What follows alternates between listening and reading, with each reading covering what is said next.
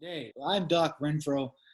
With me today, we're fortunate to have uh, Audrey Espersen.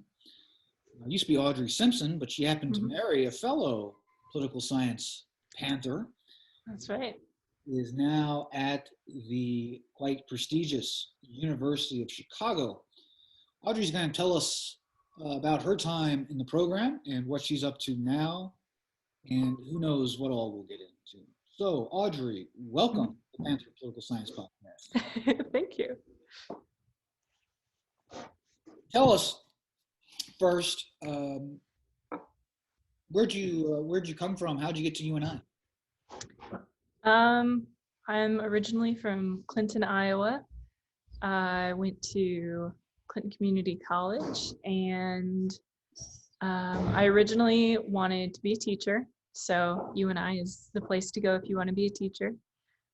Started with a TESOL degree, and um, along the way, I took an American government class in community college. Thought that was interesting. So after that, when I was at UNI, I needed an extra credit. Took your intro to IR class, and then I just kept taking classes until I almost had the full major complete before I ever declared it. And That's yeah, interesting. What Audrey left out, because she's humble, is she was also a presidential scholar. By the way, for the audience, that's the highest scholarship UNI offers. So that's something, I think there's only about 10 of them they offer a year or so. So very prestigious there. Now I'm quite interested in this. So you get here and you're an education major, which mhm. you have a lot of education majors. And you're right, the name of UNI used to be Teachers College, right? Um, Before that, we were some kind of orphanage or caretaker of widows back in the Civil War.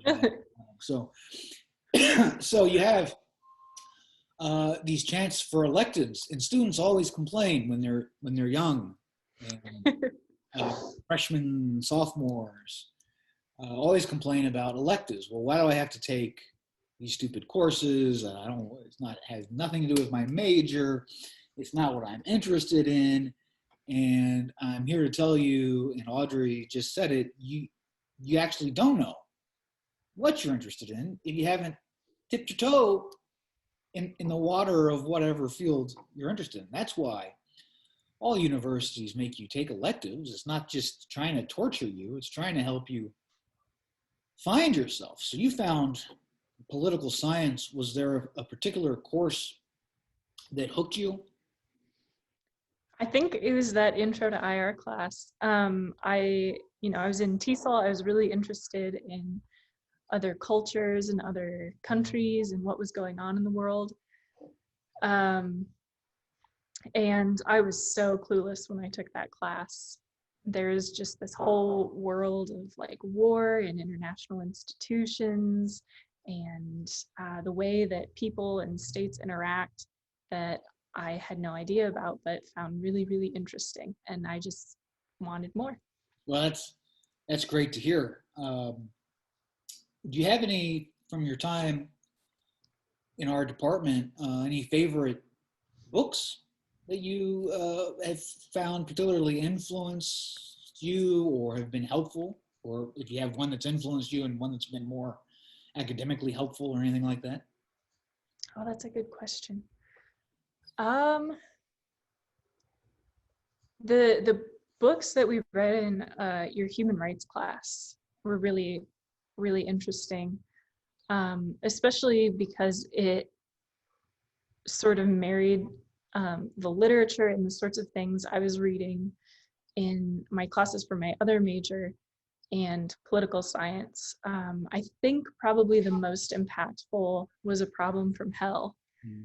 That one was very emotional, but really opened my eyes to how important this field is for people, and whether they live or die. That's right. And yeah, Samantha Powers, Problem for Hell, America in the Age of Genocide, that she wrote when she was a young and naive professor of political science or of government at Harvard. And then she became President Obama's ambassador to the United Nations. So I think she's back at Harvard now. But she came out with a second book, by the way, Mhm. recently, something like The Education of an Idealist, I think, where she comes to terms with having been an academic at Harvard and studying and criticizing American policy, which is the best part about being a professor because you get to criticize and you don't have to come up with solutions.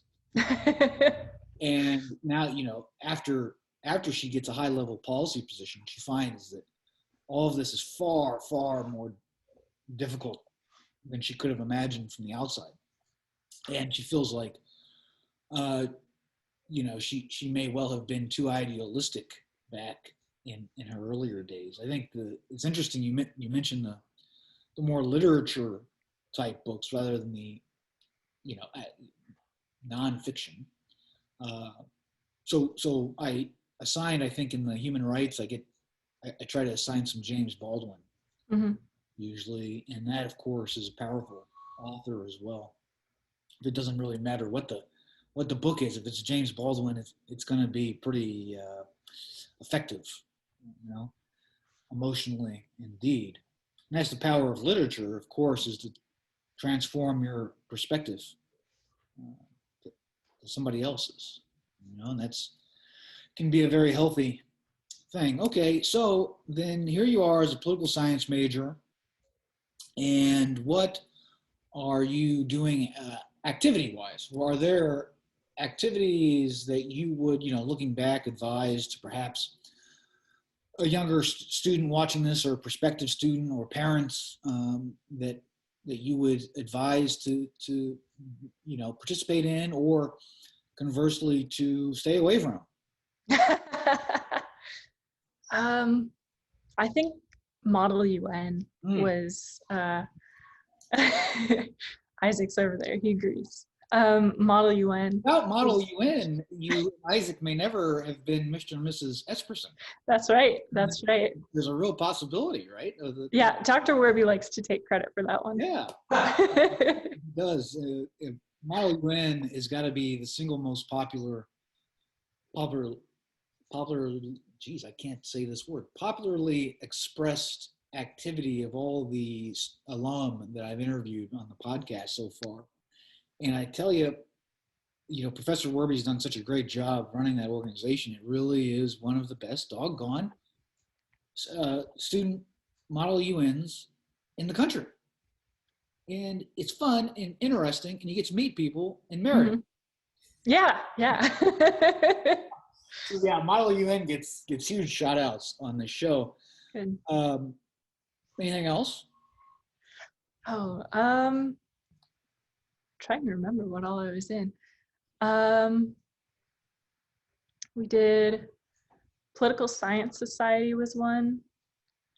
Then I really enjoyed just talking about political issues with friends. I was in RISE, which is the Refugee and Immigrant Support and Empowerment group. Erica Forney? Mhm, yeah. I just interviewed her yesterday, and she was talking about that. Both Model UN, she was upset that it took her a long time to join it, but she also mentioned her work in RISE. She's doing a PhD program at Oklahoma, Mhm. and she's actually getting more and more interested in that field of political science. So you'll notice that these student organizations can be life-changing academically and socially, all this crap. And Mhm. and so you would advise students to take advantage of these, I take it? Oh, absolutely. Yeah. Absolutely. Uh, what was your favorite part about the department? Um, I think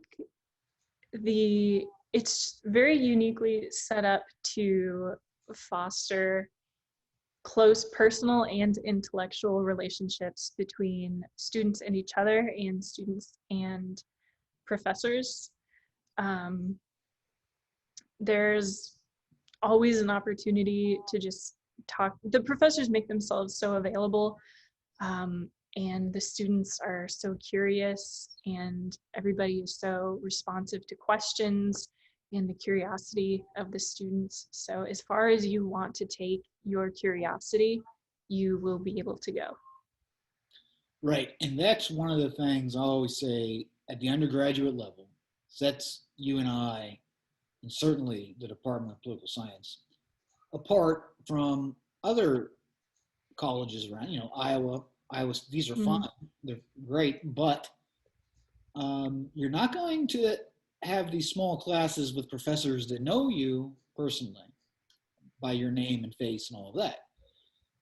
Often you'll have these ginormous 300-seat seminar classes taught by a grad student, no offense, but the only problem is, when it comes to things as practical as letters of recommendation or, feeling comfortable to send a professor an email, you know, asking for more books on, on some subject.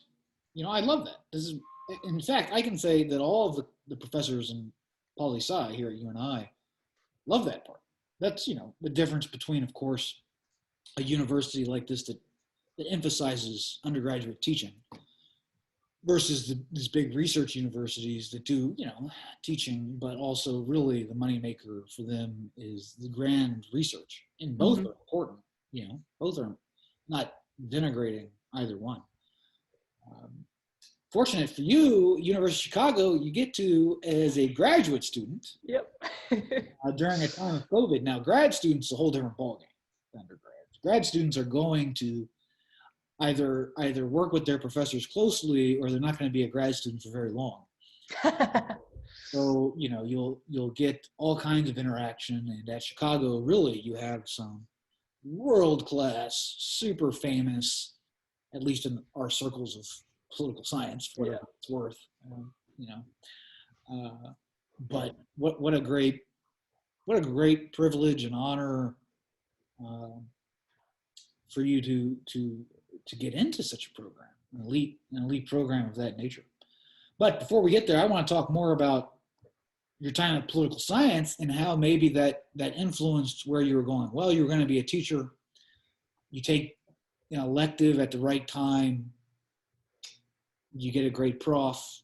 That's right. And you get turned on, right? And then you start getting hungry for it, and you want more and more. And before you know it, you've changed your major. Now you're a PhD student at University of Chicago, which I bet when you were 18, 20 years old, you did not think you were going to be doing. No, not at all. I thought I'd be like teaching English in some remote village with like a hut and a goat farm or something. Right. So. Which is fine too, but my always in talking to alums, because the importance of this is for the audience. A lot of the younger students don't understand that it's fine to have plans and interests, but I'm telling you, they change. I still don't know what I want to do when I grow up. Okay? I didn't know, right? I mean, I graduated Texas long time ago and just up and joined the military. And I didn't know I was going to do that. And then I didn't know that fucking 9/11 was going to happen. I wouldn't have done it had I known that. But those were in the 6 months or so I had before the year before I had. It was all peace. Everything was happy, hunky-dory. And I said, well, I'll travel around and get to have some experiences and whatever. See what happens. Well, shit, I saw what happens, all right. But my point always is people don't know what doors are going to open, right? I'll quote Dr. Hunter S. Thompson, one of my, the great political scientist that he was, who said always, buy the ticket and take the ride, and you gotta go with the flow. Otherwise you get stressed out and you want to do this one thing and that door doesn't open for you, and then you get all depressed and you quit. See, that's the worst thing, and I always see students, especially when it gets close to graduation, come in and are real nervous, now what am I going to do with my life, etc. And, I'm always like, what are you talking about? You're just getting started. It's a new chapter. So what advice would you have for, you're a fairly recent graduate, but Mhm. you are a graduate, you have been around UNI, and you are at an elite university for a PhD program. So you might have some words of wisdom for the audience. Um, yeah, I guess I would say as much as college is about focusing on learning, it's also about making those relationships and connections with, professors and your fellow students. And you have as many opportunities to be inspired and learn from them as you do from your coursework. Like anyone could just pick up a book and read it, but to actually learn from the mouth of someone who is passionate and has dedicated their life to studying a field, or another student who is passionate but comes from, very different interests and life experience, that to me is where the real learning happens and where you're going to be inspired. And that's a huge reason why I wanted to go to grad school as well. Right. And yeah, man, that's heartfelt and true and helpful. I think. But so you get into so now you're applying for grad schools late, you're fixing to graduate, and you say, well, I want to study this shit a little more, and you come and you're thinking of all these grad schools, and I know you got accepted to many and all kinds of good offers. But I'm sure when that email, what do they do? Email you, or they send a Mm-hmm. old-fashioned letter? What does Chicago do? They emailed me. I was at work and they emailed me. And I actually saw you and Jamie like 2 hours later. You're, I think, the first people I told. Yeah. What I mean, that had to be shocking. Not in a way that you didn't think you could do it, but still, I mean, it's a like wow, one of those type deals. Yeah. Now what? I mean, that's big. I mean, how did you? Can you describe how you felt? Um, I mean, well, so I worked at a daycare. So we all contact by phone to make sure we're in the right room. And I get an alert and I'm standing among like 8 toddlers and I see that, I have this kind of offer of a lifetime with this huge stipend. And I turned to my coworker and I'm like, I just got into the University of Chicago, my dream school. And she went, oh, okay. That's And a so, very Iowa. That's a very Iowa yeah. response. Yeah. So, yeah, it was just kind of funny, I guess. Yeah. But it was kind of just like disbelief. I think I reread that letter like 4 times before it really sunk in. Yeah. Right. Sometimes it still isn't really sunk in. Sure. So far, what's your favorite or least favorite or most surprising part of being a grad student? There's a lot more math than I expected, and a lot harder math than I expected. My favorite part, though, is just, again, just kind of those conversations that happen outside the classroom. And there are just so many people who are so excited about these very niche ideas.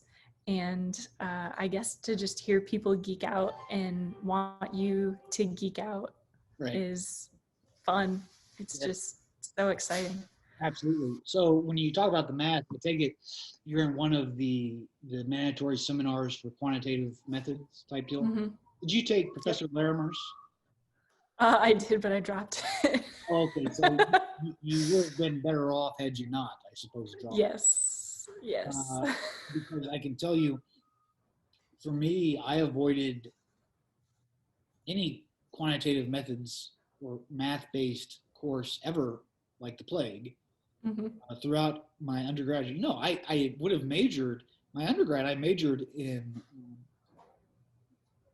geography because I came to Texas as a what they call government major. But then I saw you had to take these quantitative methods classes. And I said, well, I don't want to do that. But geography didn't make you take any.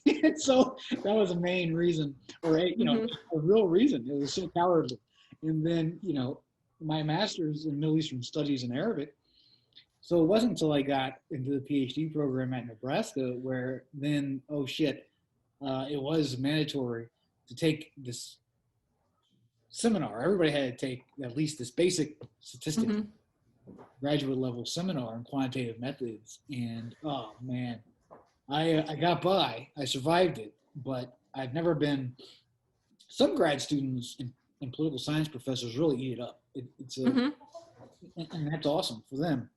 But at Nebraska, you had to have so many hours in what they called a methods area. Now, what those methods could be, in the main, was quantitative. And people like Professor Larimer, Professor Holmes, Professor Jamie Renfro, a lot of professors go this route.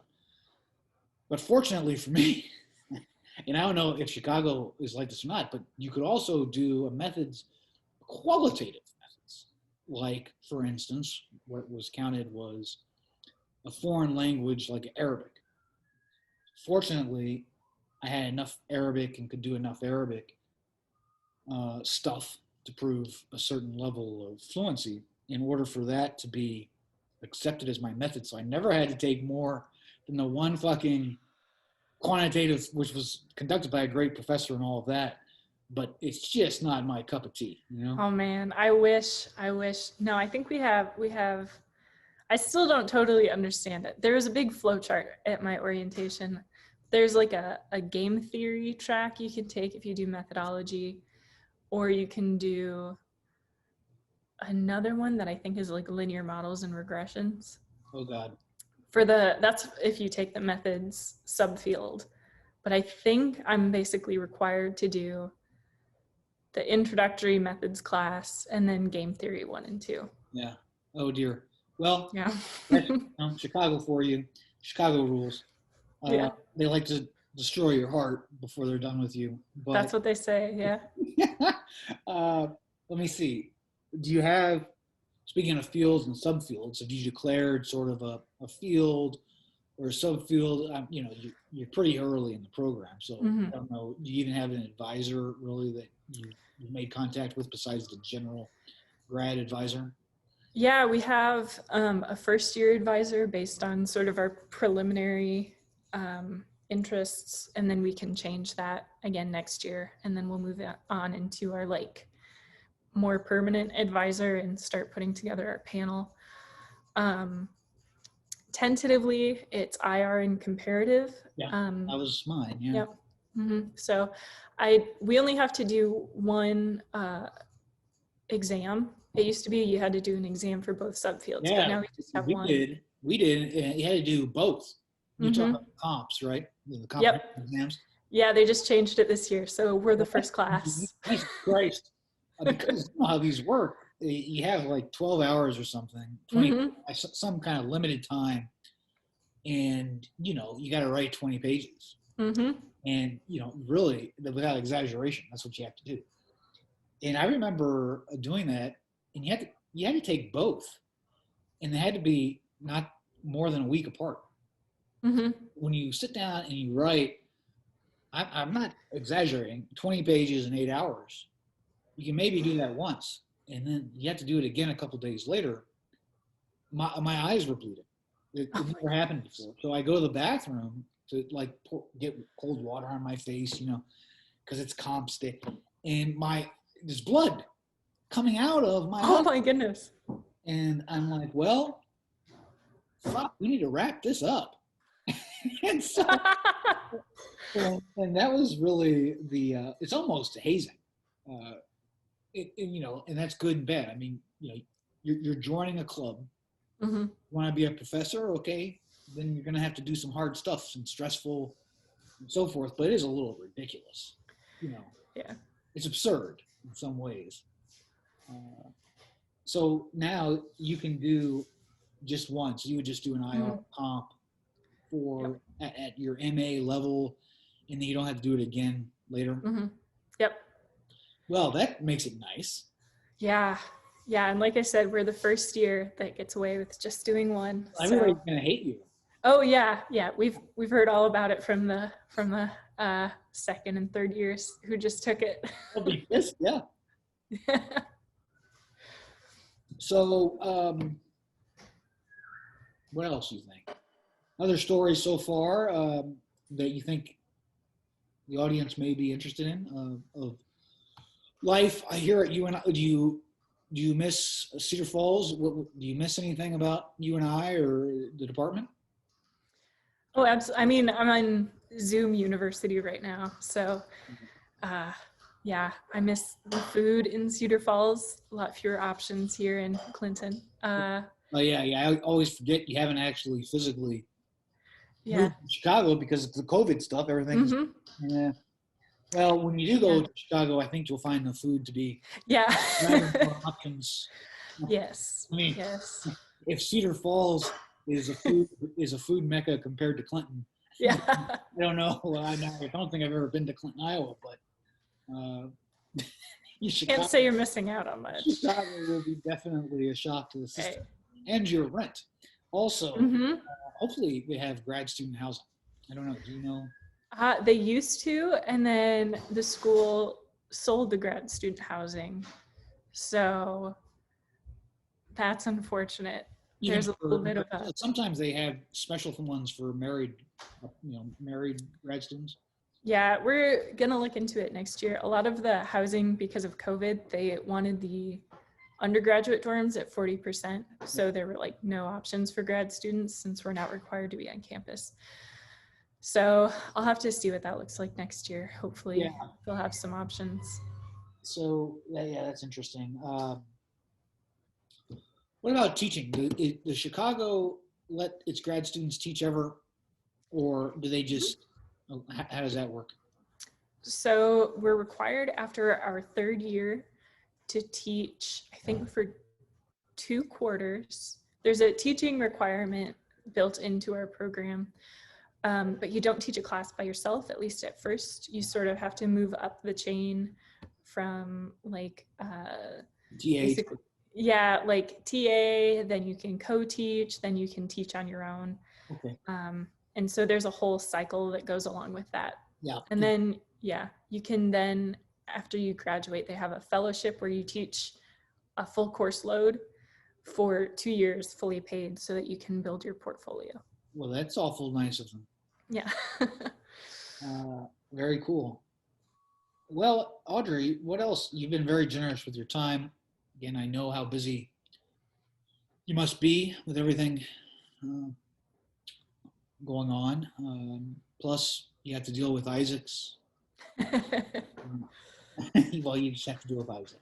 So I know that between Chicago PhD program and Isaac, you're very busy, which is good to be busy. Yes. I hope you're doing well, staying healthy, both of you. And unless you have any final thoughts, I'll let you go. Yeah, I don't think so. Yeah, thank you for reaching out. Yeah, and thank you for coming on. A delightful conversation.